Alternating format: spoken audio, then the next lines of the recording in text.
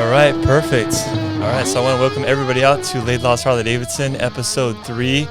Today is going to be a very special podcast, I think, for everybody. We have Bob Laidlaw, the founder, president of Laidlaw's Harley-Davidson here today with us.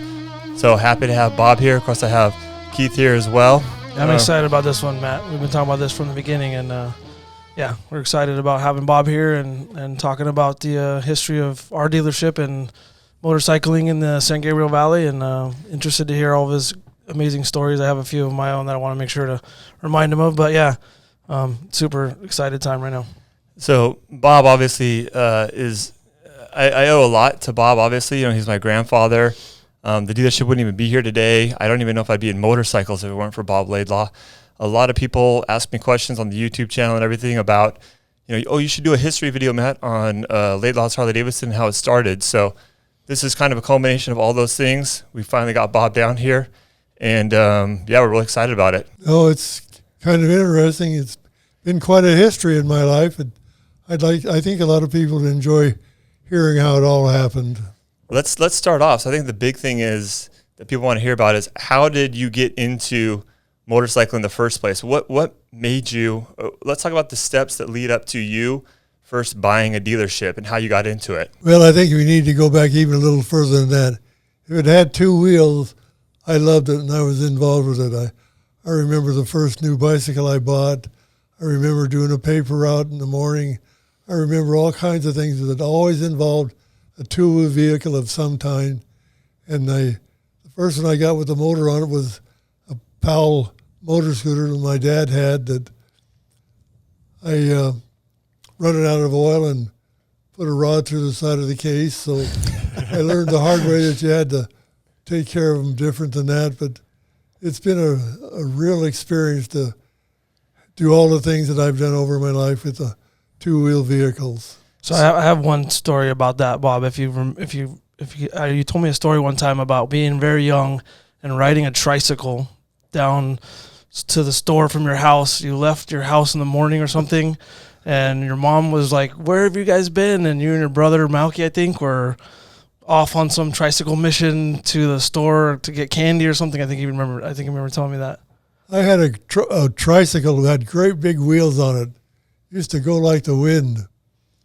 And I remember driving it down the hill past Del Mar, and the only way I could slow it down was to put my foot up on the tire and let it hit the fork and push down, and in the hope that it would slow it down. So, yes, I was involved with two wheels, three wheels all my life.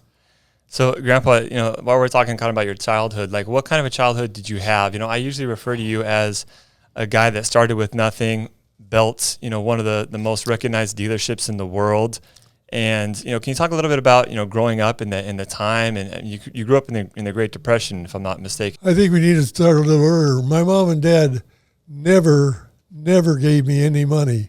Even when I did things around the house for them, they didn't think I had money coming. So I always earned my own money, including enough money to buy my school clothes once a year. So I had a paper route, a paper corner, anything it took to make money, and that's how I actually got started in the motorcycle business. I was going to high school, and by then I had bought my first Harley-Davidson. It was a 1936 61 overhead. It was so old and completely original. Had a solo seat stuck on the back fender for the passenger to ride on. You can believe that. A little pair of handholds that was in. He'd hang on to him in the front. So that's how we got started, was the very first. I went over and bought that over in West L.A. I went over there with money in my hand and bought it. The guy gave it to me, and I rode it home. Can you imagine the liability that he was putting himself into in this day and age? But back then, things were just different. You just did it. But I remember I always saved my money, and I always had money. So I was able to do the things that I wanted to do when it came time to do them. So you didn't need full coverage insurance when you rode out of that dealership? I didn't even know what it was.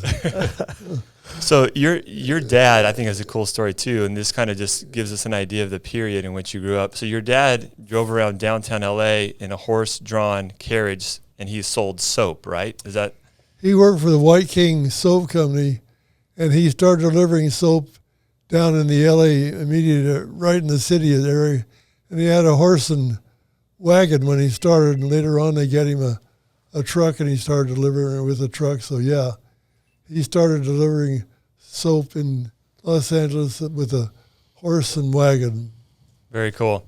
So now you bought your first bike. How old were you, and what did you pay for it, if you don't mind us asking?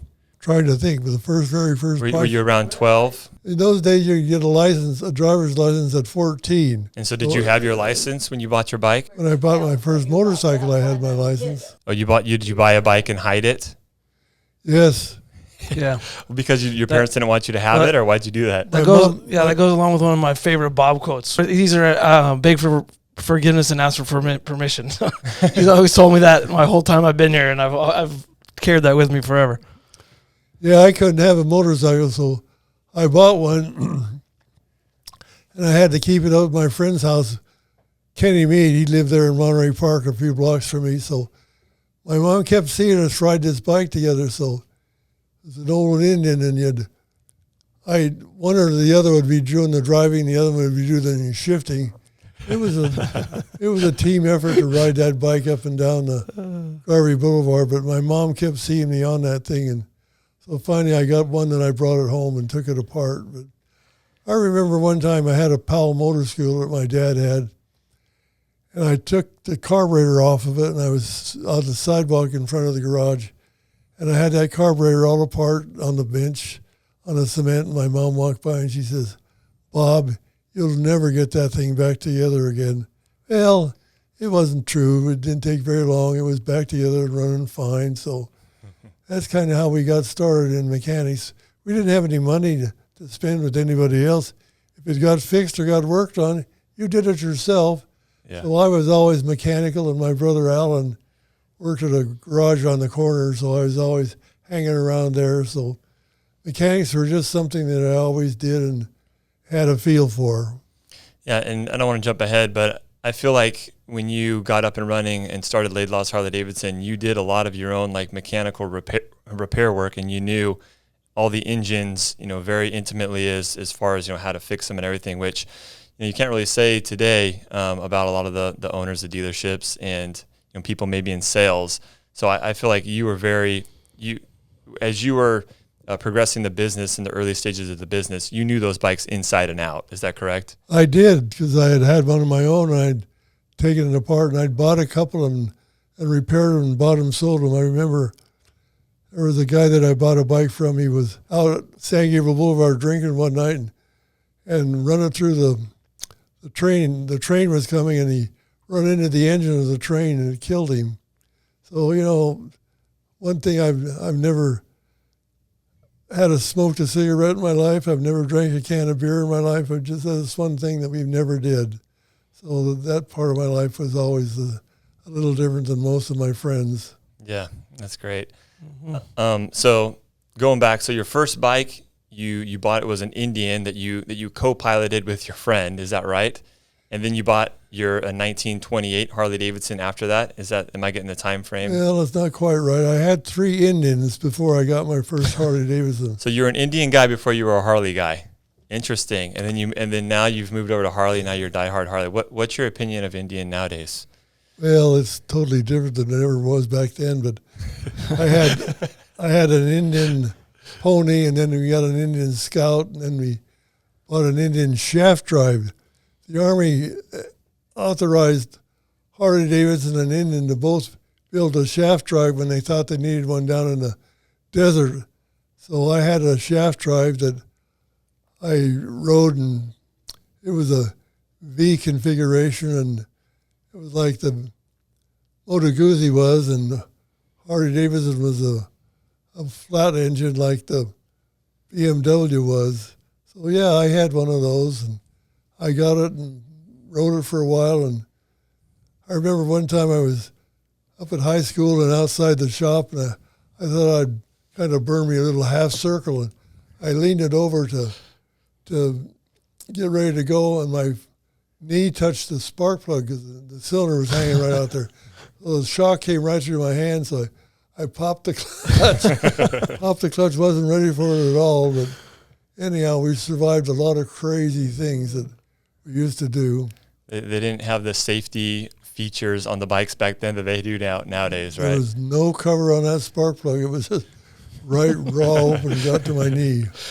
Okay, so you had 3 Indians, then you got a 1928 Harley-Davidson when you were about 14 years old, approximately.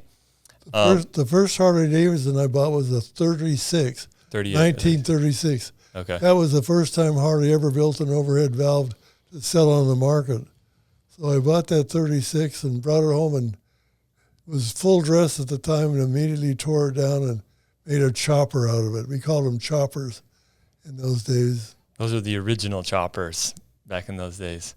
Very cool. So your parents condoned that? Like they were okay? No, they approved that? They didn't want any part of the motorcycle. I had to keep my first one down to my, like I told you, my friend's house. Okay. So they soon got over it after they realized that, hey, we can't stop Bob. He's going to get those motorcycles and he's going to ride, and we have to just kind of live with it at this point. I rode them all my life. I've always had a 2-wheel vehicle in my life from the day I can remember. So let's talk a little bit about your progression after your first Harley to what then ultimately brought you to buying a dealership. Well, I was working in a dealership. I worked two semesters and the summer in between. Of high school? In high school. So you worked, what did you do there at the dealership in high school? I was a mechanic.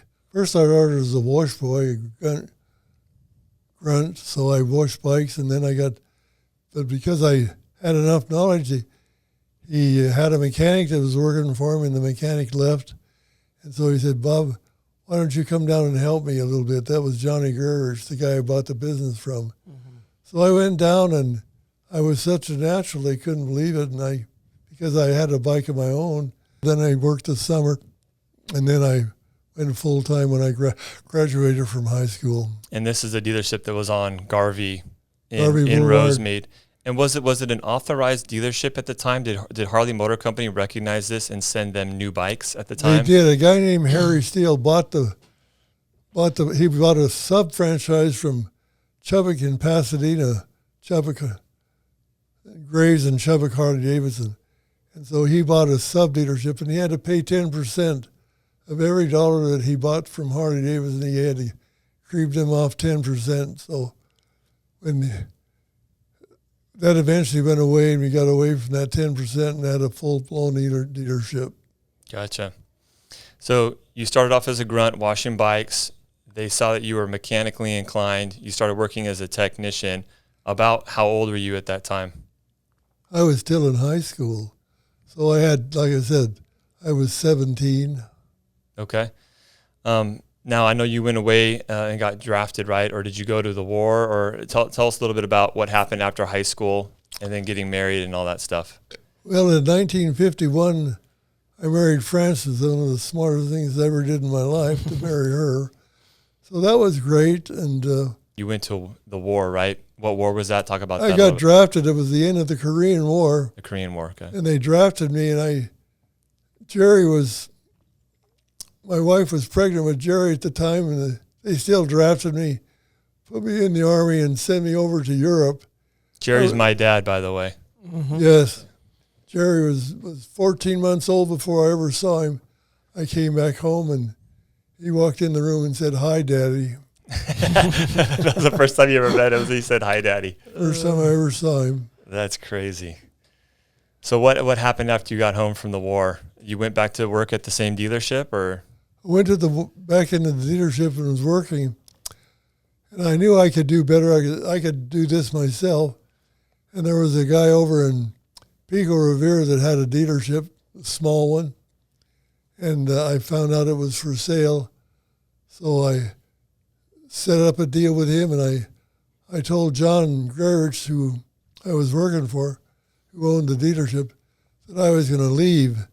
And I was very popular with all the people because I was the mechanic that did the work on everybody's bike. And so he he wanted to go to Daytona, and he had a racer that he sponsored. So he said to me, and by the way, I had given him $2,000 earlier in the scenario to buy out his partner, and he had never paid me that money back. So I had a $2,000 investment already in the shop, and he was very good to me. He said, if you're really serious about it, I'll sell you this one. And the selling price was $28,000. I remember the first night I closed the door and turned the alarm on and thought, wow, this whole thing is mine. All they took was the money out of the soda pop machine and the cigarette machine and their personal items and tools, and everything else they walked away from. Never could happen again in the whole wide world today and age. So did you have $28,000 cash that you just gave the guy, or? I did not. I remember getting my dad during the war years. He signed up to buy a bond a month, and every month he'd buy a bond. They cost $18.75, but wow, when that thing came due in 10 years, it was worth $25. So he never did shut the thing off. He bought one every month for years and years. And I remember we went down to the Bank of America in Monterey Park, and he signed all those old bonds that he had, so many of them, and gave me the money. He loved the motorcycle business, and he knew I could do well at it. So that's where I got the money, and Johnny carried me for the rest. So that's just on a handshake. There was just, we knew what the price was. After the down payment, I had to pay him off, and that didn't take very long because the thing was just starting to really get up and run hard and fast back then, because everybody wanted a motorcycle, and Harley was making them. So your dad kind of had a change of heart, and he basically sold off all these bonds, and so he helped you pay for the dealership. Now, did you pay your dad back, or did he just say, "Hey, son"? He didn't have a change of heart. He loved the business. He used to come down there every day on his way home from work and watch me do the mechanic work and everything. So he had a real passion for that motorcycle business. So that was in 1958, right? 1958 is when I bought the business. Okay, very cool. So yeah, talk a little bit about what bikes were out during that period. Talk for a second just about some of the most popular bikes, like the Sportster was the most popular back then. But when I first started, I had a Harley 40. They called them Harley 45s. It was a side valve engine. It was 45 cubic inches at 750 cc's. So that's what I kind of got started with, was having one of those, and I used to race it off-road a little bit and do a lot of different things with it. Now, how many bikes were you selling a year back then, approximately? When I bought the franchise, it sold 28 motorcycles the year I bought it. The year that I was the top volume dealer in the world, it sold about 560. And that was in the 70s. Yeah. Cool. Yeah, let's talk a little bit about that story in the 70s when you were the top volume dealer. Before you move on to that, Matt, he has a story, I'm sure he remembers too, about ordering the first Sportsters from Willie G's mom. I think the story was, right, Bob? They said you could order one, and you ordered like 10 or something like that. Yeah. What year was that? This is a great story, man. This is a good one. So was Willie G's mom that was taking the orders? In those days, when you wanted a motorcycle, they had a form that had a carbon copy.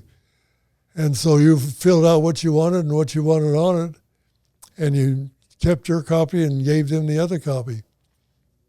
Well, bikes were just starting to they were realizing they didn't have enough bikes to fill the orders that they were going to be getting. I used to go to the factory every year because I went out with the president of the company. He was William H. Davidson. He was the grandson of the founder. And we went out and had dinner together. And then we went into his kids' house and saw them. So I saw his kids when they were all very young and had their babies. And their kids were little. So I remember that was a special time. But you think about a dealer going out with the president of the company and spending the evening with him. Yeah, one time Brent told me, he said, when I was a kid, I didn't know where Milwaukee was. All I knew was it must have been a really bad place because my dad would get his overcoat and his hat on, and we'd take him to the airport, and he'd get on this DC-8 or DC-9 plane or whatever, and he'd come back smelling like cigarettes. And so I knew for sure Milwaukee was nowhere I ever wanted to go because my dad came back smelling like cigarettes because they were smoking on the planes back then. So, yeah. I remember that. You always sat next to a guy, it seemed, that smoked all the time. Yeah. I hated it. I never smoked and never drank. So, talk a little bit about, too, the experience that you had in the 70s. You know, that was the AMF days, right? Now, you were the number one dealer for a couple of years in the 70s, right? Talk a little bit about how that happened. Well, I think I told you that in those days they had an order. So I was back there visiting Walter Davidson back in his office, and we got up from his office and we were going to lunch, and the fellow was taking care of the orders sat right outside of his office, and he would program the orders, and they could see that they were going to run out. So he held up this little 10 pieces of paper and said, what do you want to do about these orders? And they were orders that you wanted to place. Yes. I had placed them, but they hadn't given me yet. Mm-hmm. So Walter Davidson looked at that stack, and he thought it was each piece of paper was one bike, but each piece of paper was 10 motorcycles. I had, whatever the reason was, I had marked 10, and he said, fill it. I'll never forget those words. He said, fill it. So there, and the guy kind of liked me. He didn't tell him that there was how many there were. The guy placing the orders for you, yeah. He kind of liked you. And this was William Davidson that was Walter Davidson. Walter Davidson, excuse me. Yeah, he said fill it. He was a grandson. Okay. When I had that large stock of motorcycles because they were coming in, I remember they used to ship them in containers. They called them pigs because they were a piggyback. They'd put them on a rail car. They'd put a container on a rail car and ship it, and then they would get a truck here and bring it out to your place. So one time I had so many bikes coming in that in 1 week I got 3 of those pigs. There were so many bikes that I had to stack them 3 high. I had a cover in the backyard or on the property there, and they were stacked up 3 high until I could get them resolved. Just sitting out in the open, nobody could get them down or bother with them, I guess. But anyhow, I remember very well when I had 3 of those come in the same week. So what was the popular bike? I remember you saying that Sportsters were the big thing right then. And you made like a prediction, right? I remember you telling me before that you made this prediction that you knew that this Sportster was going to be hot, which is why you placed all those big orders on this bike. Yeah, they had a new model they brought out called a CH, and it was a chopper Sportster. It didn't have the small wheels. I mean, the small tires. It was a real popular thing, and they really sold great. And I sold them for $1,895. $1,895. So that's $1,895. Right. A deal by today's standards, right? Yeah.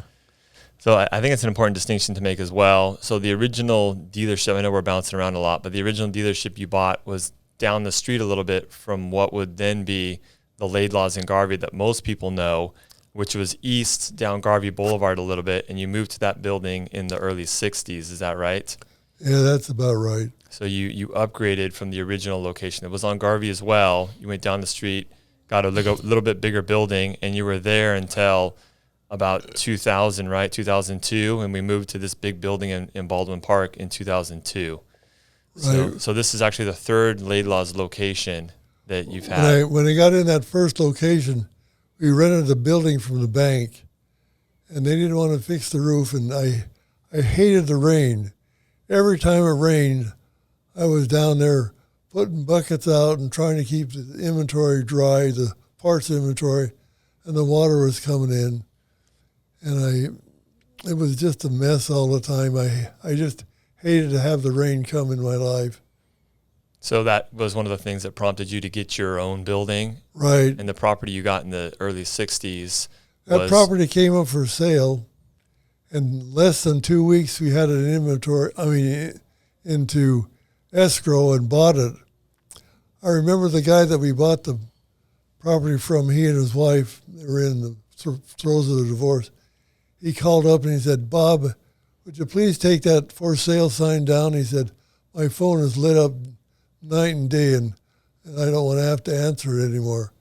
So that was a real coup to buy that piece of property when we did and for what we paid for it. I don't remember the price, but it was peanuts compared to what the value of it is today. Yeah. Well, so you were in that building for about 40 years, right? A little less than 40 years.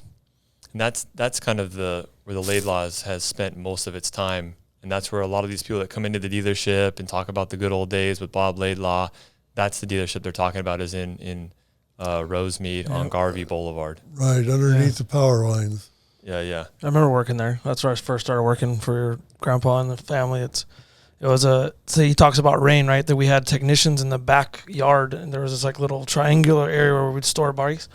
At the time, we didn't have enough guys, and we didn't have enough space for them, so we had 2 lifts out back, and when it would rain on these guys like crazy. That air would flood, yeah. So we'd have to bring them inside, and kind of like back then when it rained, it got kind of quiet, so we'd send people home or whatever. But I remember it raining at that building quite a bit that year or whatever, and then the power lines are right there, and the wash bay was out in front by the street, and yeah, it was pretty cool little spot. I remember as a little kid, growing up, elementary school, even high school, my dad bringing me into that dealership on Saturdays and having me do everything from, cleaning toilets, trimming the hedges. One time they thought they would try me on the wash bay, and I remember I stalled a customer's bike right in front of the customer after it had been washed, and the guy that was in charge at the time was like, no, this kid can't do it. And so I got demoted back to like cleaning toilets and peeling stickers. And I remember there was like an upstairs where they stored like a lot of parts. I had to sweep that stupid floor every single day. So yeah, in high school, I wasn't even good enough to wash bikes at that point. But I totally remember my dad pulling me out of bed on Saturdays when I just wanted to stay home and play hockey or play video games. My dad would bring me down to the shop and force me to work. But yeah, good memories. That's the first place I saw I saw Bob ride a bike, and I was like, right away, like, man, this guy really knows how to operate a motorcycle. Like, he took off out of the service department. There was a driveway right there, and the streets like just zooming. And he's on this. I think it was like a dresser, as I believe it was a Jester bike, one of those purple Ultras they had back then. And he takes off out of there, and he just looks real quick and just takes off into traffic. I was like, oh man, that guy, he can really ride. Like, that's crazy. I remember, Grandpa, you told me a story about you having a police bike and being injured, and you still continue to ride it anyways. Maybe my dad told me this story, so maybe you don't remember, but do you recall what I'm talking about? No, tell me more about it. So my dad was telling me that something was wrong with your foot or something, but you were just tough and stubborn, and you continued to ride this bike anyways, and I just remember him telling me that you had no business being on a motorcycle, but you just kind of like, I don't care, I'm going to ride it anyways. And maybe it was just kind of in general terms. He was telling me the story, but talk a little bit about like your like riding experience and like what kind of a rider were you? Because I know back in your heyday, like you had to have been a good, like skillful motorcycle rider. And I don't, you can brag about yourself a little bit. It's okay. Well, I sort of started young, and I was a natural because of all my two-wheel experience. But I remember I did a little bit of off-road riding, racing. We called them hare and hounds back then.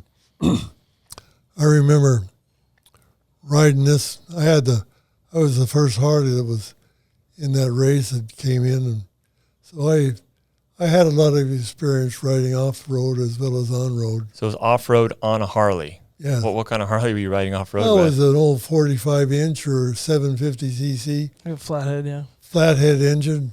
They were dogs. They didn't have much going for them, but no springing on the back. The back end was rigid. I was the first one that put a set of in 49 when they brought out the Hydroglide fork, hey, we had the world by the tail. That front end had 5 inches of travel. Can you imagine 5 inches? That was great. I don't think modern bikes have that. It's like 4 or something in the front. What do they have in the front? Yeah, like 4 and some change. One of the things that I did in my time was to ride. We had a guy that had a sidecar rig that he'd rigged up, and he needed what he called a monkey. The guy would ride in the sidecar. When you went around a right-hand turn, you were leaning way, way out of the air to hold that wheel down. And when you were around to the left, you got over there and leaned as far over the rear fender as you could to try to hold that wheel down. So we had quite a time with that. We rode a hare and hound that started at midnight one time, I remember. That's awesome.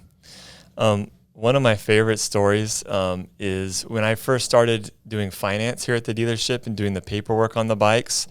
I was probably in my mid to late 20s, and I remember just making sure that I followed all the rules, protected the dealership both legally and financially, and just doing everything by the book because I was just very intimidated in this new responsibility that I had. And then there was this customer that was kind of like an old school guy of Bob's, and we couldn't secure him financing because his credit, was no good. And he went straight to Bob for like the bro Bob deal. And I remember you, Grandpa, telling me, yeah, just let him, put, I think it was about $10,000, but $10,000 just, we're going to carry the loan for a little bit. I know this guy, he's good for it. He had terrible credit, by the way. But you knew him personally, and you said you're good for it. And I just remember thinking, okay, my grandpa has lost it. He's loaning this guy who has terrible credit our money, and no loan. I mean, we had kind of like a handwritten contract or something. I don't even remember what it was, but he ended up paying the money back, and everything turned out just fine. I had to call him and remember it. I had to be the collection guy, but. Talk a little bit about, Grandpa, how before there was Harley-Davidson Financial, like how did you, and people came in, if they didn't have cash, what did you do like for financing? Back in those days, the guy's handshake really meant something. If he said, I'll pay you, he did. He really went out of his way to make sure that you got paid. So we had a lot of those just, I know him, it's okay deals, and, would have never passed today's market. Yeah, one of those customers came in, I think it was 2004 or 5, something like that. I think it was one of Bob's birthday events that we had. He comes in on this like 58 or 59 panhead chopper that he built. It had a big girder front end on it, like way out there. And he walks up and he goes, "Where's Bob?" And I go, "He's over there." So he goes up to Bob and they start talking. They obviously knew each other. Next thing I know, Bob's riding away on this guy's bike just around the corner, no helmet on, right? And I'm like, wait. So I'm like, all right, well, he'll be back at some point, right? So soon enough, I don't know, I was waiting out there for him to make sure he made it back. But about 10, 15 minutes later, maybe he comes back, rolling back towards the dealership, but the Baldwin Park PD's following him. So Follow Bob? Yeah. So apparently, and maybe he can tell the story better than me, but they pulled him over because he didn't have a helmet on. They knew who he was because obviously people around know who he is.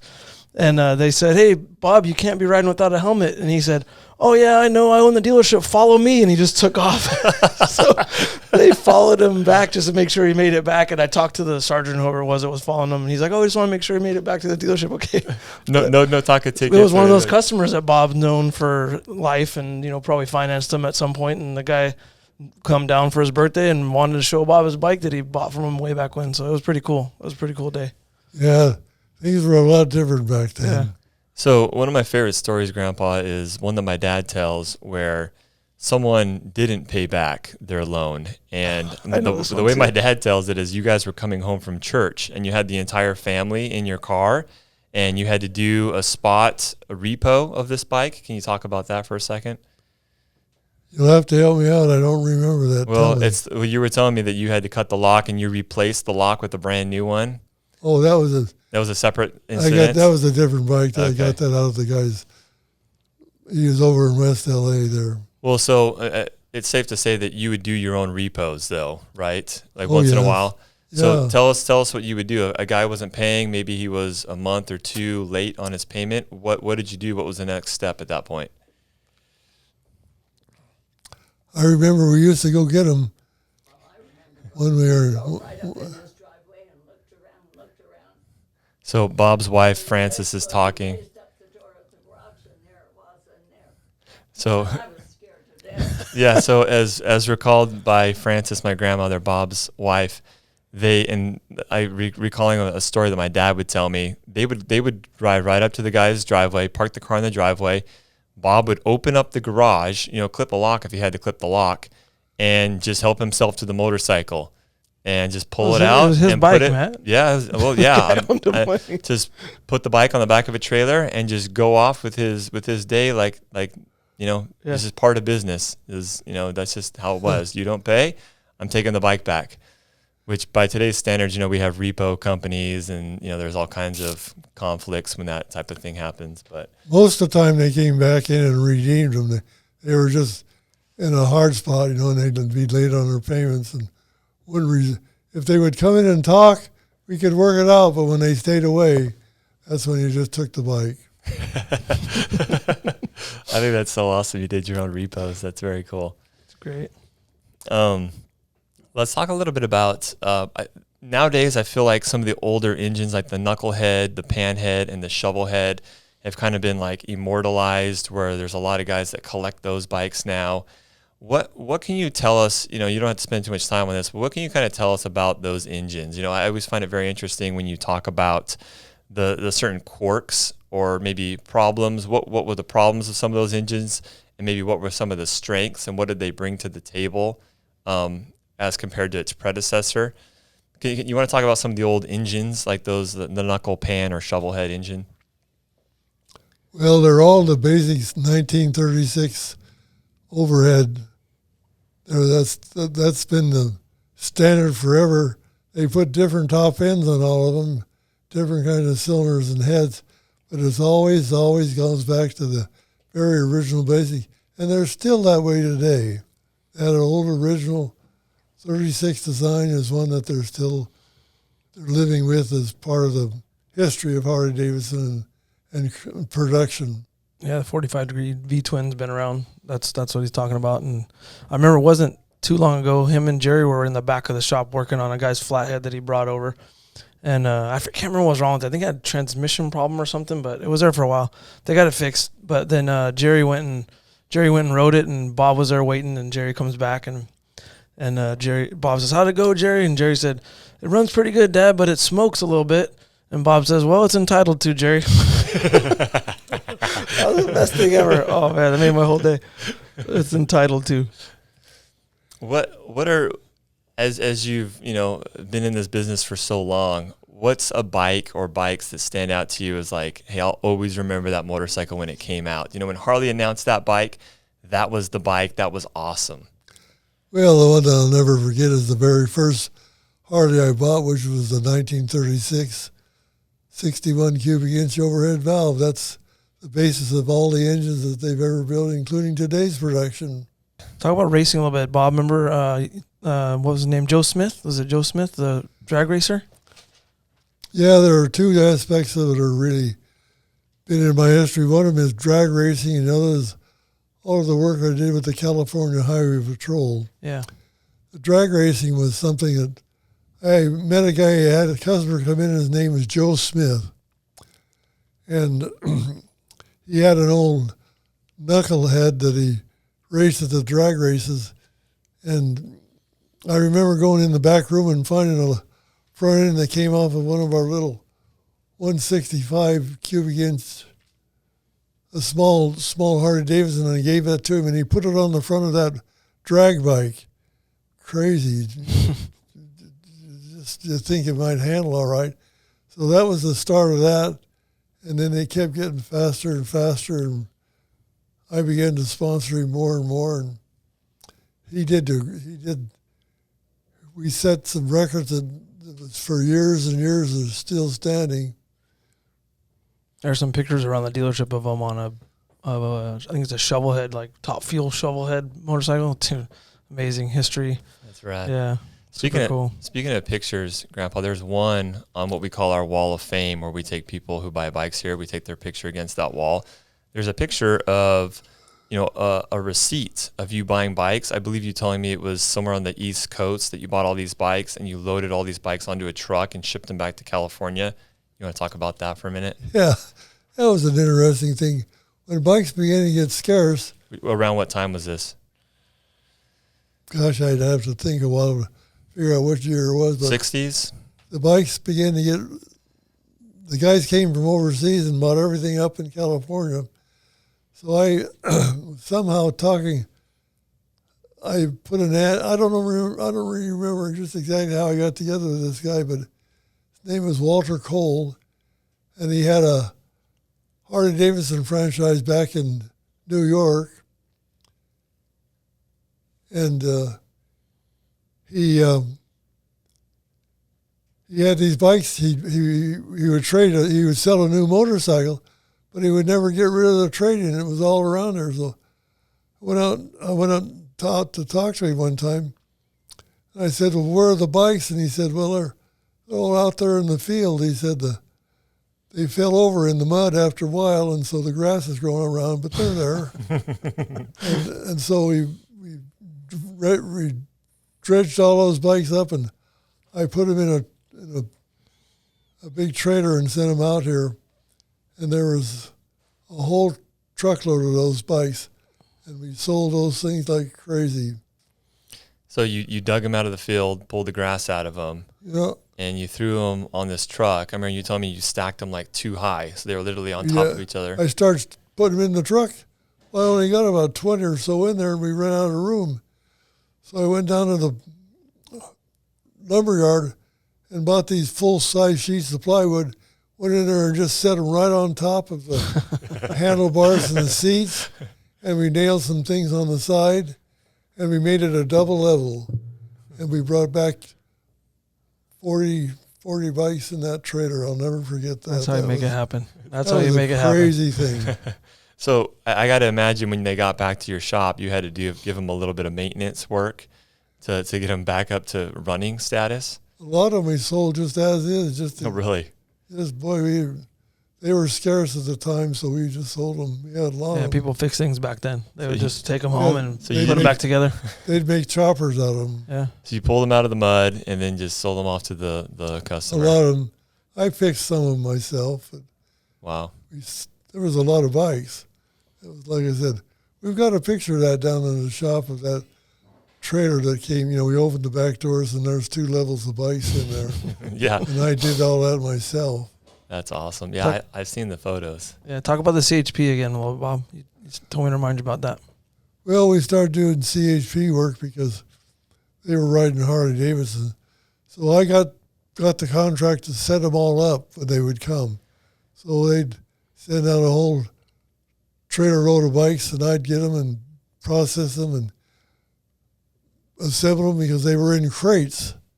And we'd take them out of the crates and put the floorboards on them and the crash bars and get them running and deliver them to the Highway Patrol, put the windshields on them. And so for a long time, I rode every motorcycle that the Highway Patrol had for years on a break-in ride.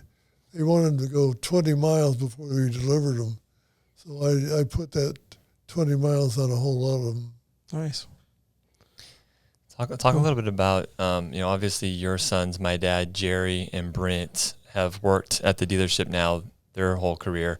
Talk a little bit about them coming up in the business and you kind of incorporating them into the business. Was it something that you always wanted them to do? Or, this is a family-run dealership. I'm third generation Laidlaw now here.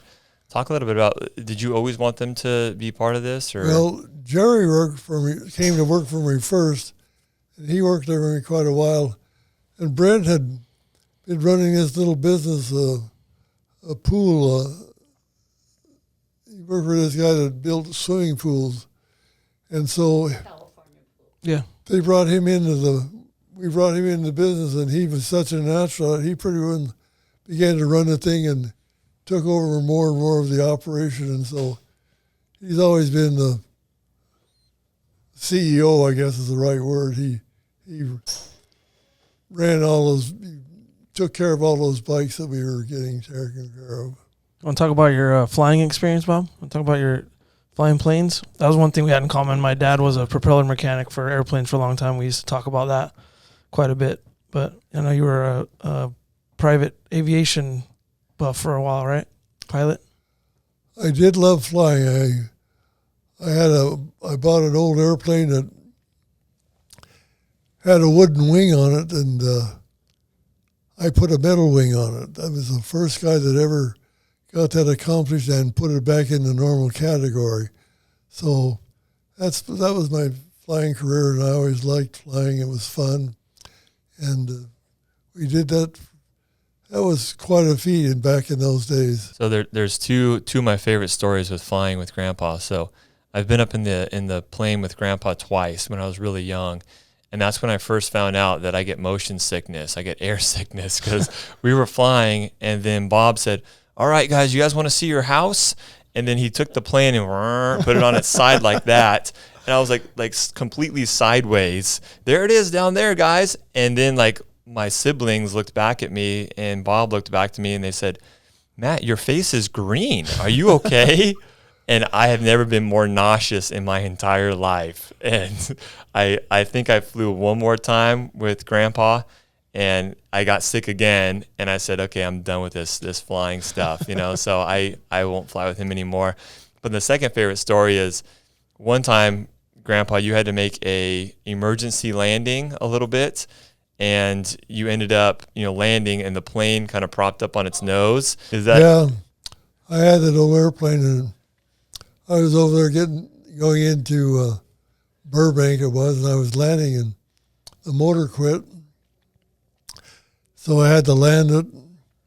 So I called her up, and I said, I had a little trouble with the wheel on the motor on the airplane, but it's okay, and I'll be home pretty soon. So I came home and had dinner and everything, and I was watching the news, and they put this on the news about Walter Laidlaw. And I heard her coming down the hallway, and I thought, oh, not good. Bob, is that you? I said, yeah, I'm on television. Isn't that great? And she said, no, it's not good at all. That's how that went down. So that was a day that we'll never forget.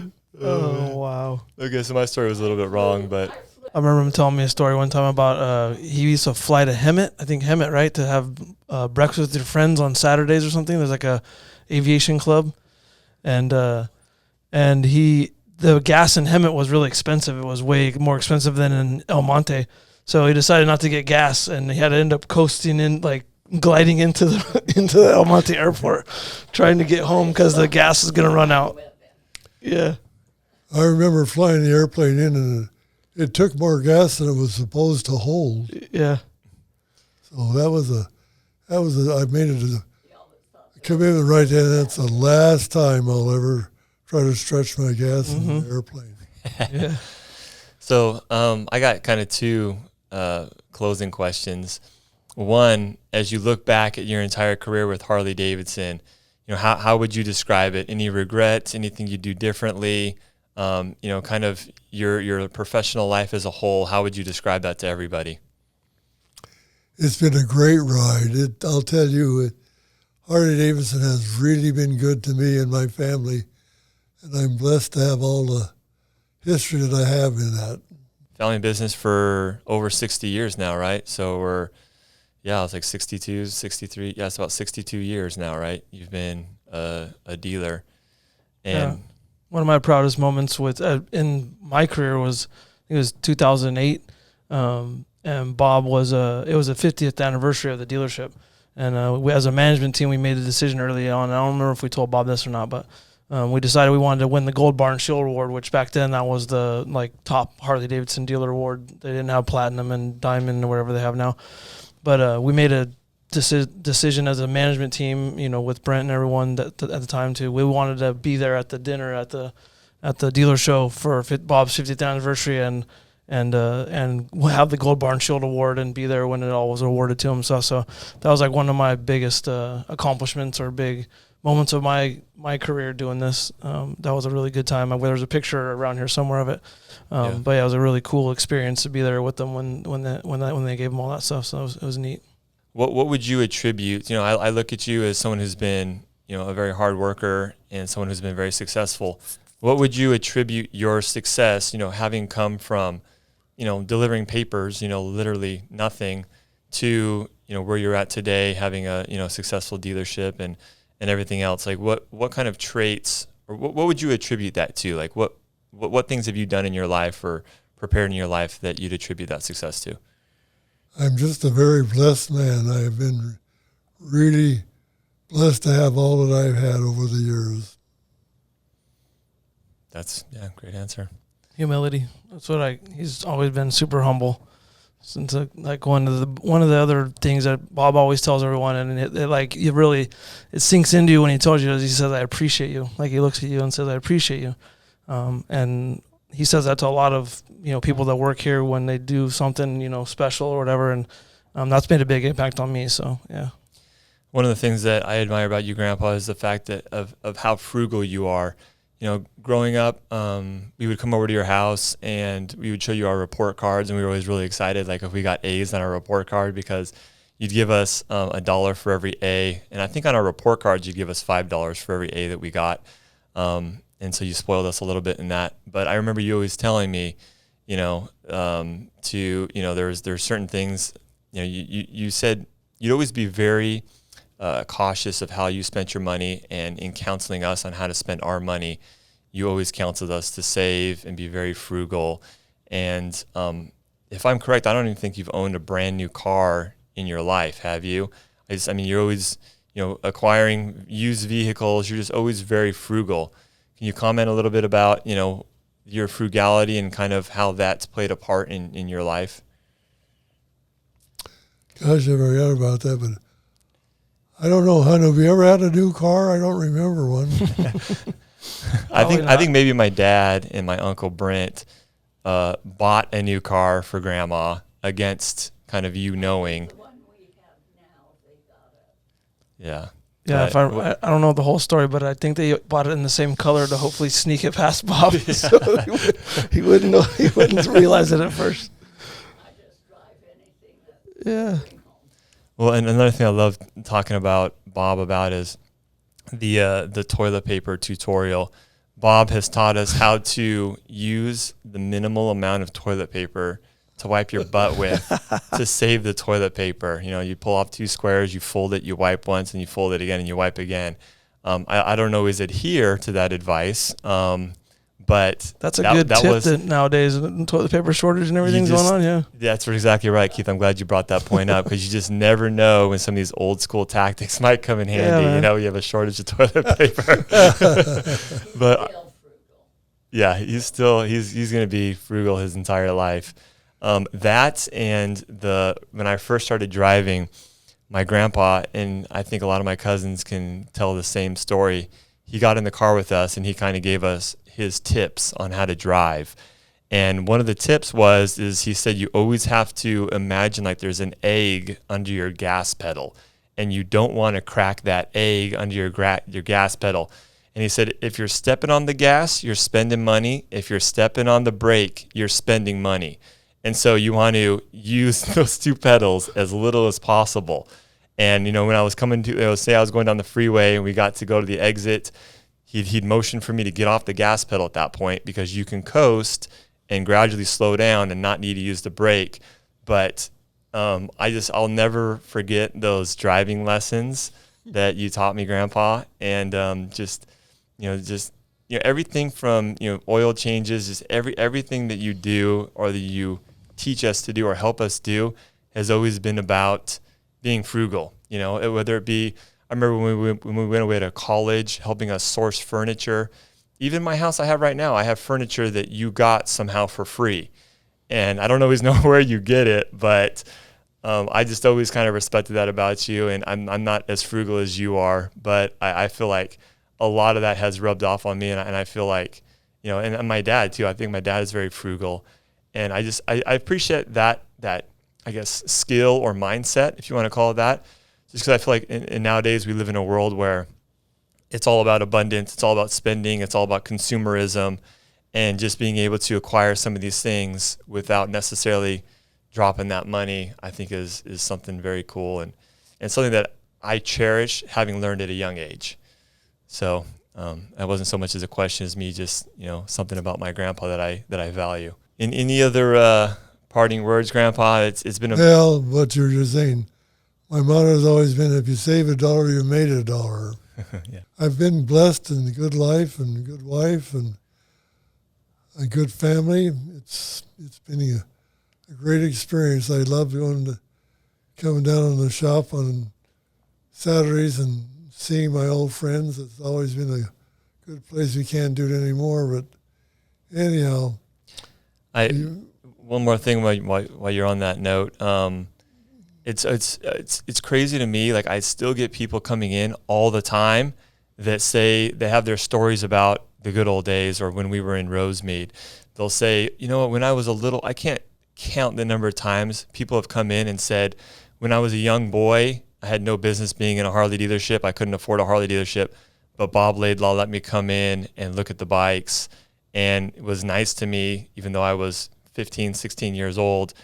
And then they're now in their 40s, 50s, and they're buying bikes from us, So, and just the number of people that come in and ask for you all the time. It's crazy because I didn't get to see that part of your life, but to hear about it from like all these customers that you've touched over the years has been like so cool to like see these people come in and, oh yeah, I remember when Bob did this for me, or I came in and Bob gave me a tour of the whole store on his little scooter, and I wasn't expecting that, and I'll never forget that. And just the time you've taken out of your day just with just random people, even when they had no business even buying a bike. They weren't in the market to buy a bike. They couldn't financially afford it or whatever. You still took time out to make them feel welcome. So. I have taken a lot of people on a tour of that store. Yeah, I've seen he does all the time. Whenever I see him on the scooter or whatever, he's like, "Come follow me," and he's like taking them through the shop. But yeah, we have the same thing in service. We get people all the time that are bought my first bike from Bob back in the '60s or '70s, or this is my third or fourth motorcycle, and yeah, they come through a lot, and like they all have the same. Everyone has a Bob story, and it's a really cool to listen to with these guys. And when Bob's here, get to talk to him for a few minutes when he comes in on Saturdays and. Normally he's just greeting people at the front door, which seems to be his favorite thing to do these days. But yeah, so it's been a great experience. I've had the privilege of working for your family for going on 15 years, and it's been a great thing for my family. And, it's provided a great living and a great life for us. And, I thank you a lot for everything you've done and, founding this place and keeping it going over the years and exposing me and trusting me to all your family members with Matt and all your other grandkids and your sons and everything. It's been a great experience for my life, so thank you for that. Well, appreciate all of you people. Life wouldn't have been the same without my family and friends. Yeah. Well, Grandpa, thanks for taking the time out and to come down. It's obviously been a pleasure having you here. Maybe we can have you on future episodes as well. Maybe we'll have a little bit more specific topics that maybe won't take as much time. And so we'll see. I'll hit you up and ask you in the future, maybe if you're feeling up to it. But I think we have some lunch here. So yeah, thanks everybody for watching as always. And yeah, thanks again, Bob, for being here. And yeah, if you have any questions, feel free to leave them in the comments below. And if this is the first time on our podcast, if you're listening via podcast platforms, make sure you subscribe to the podcast.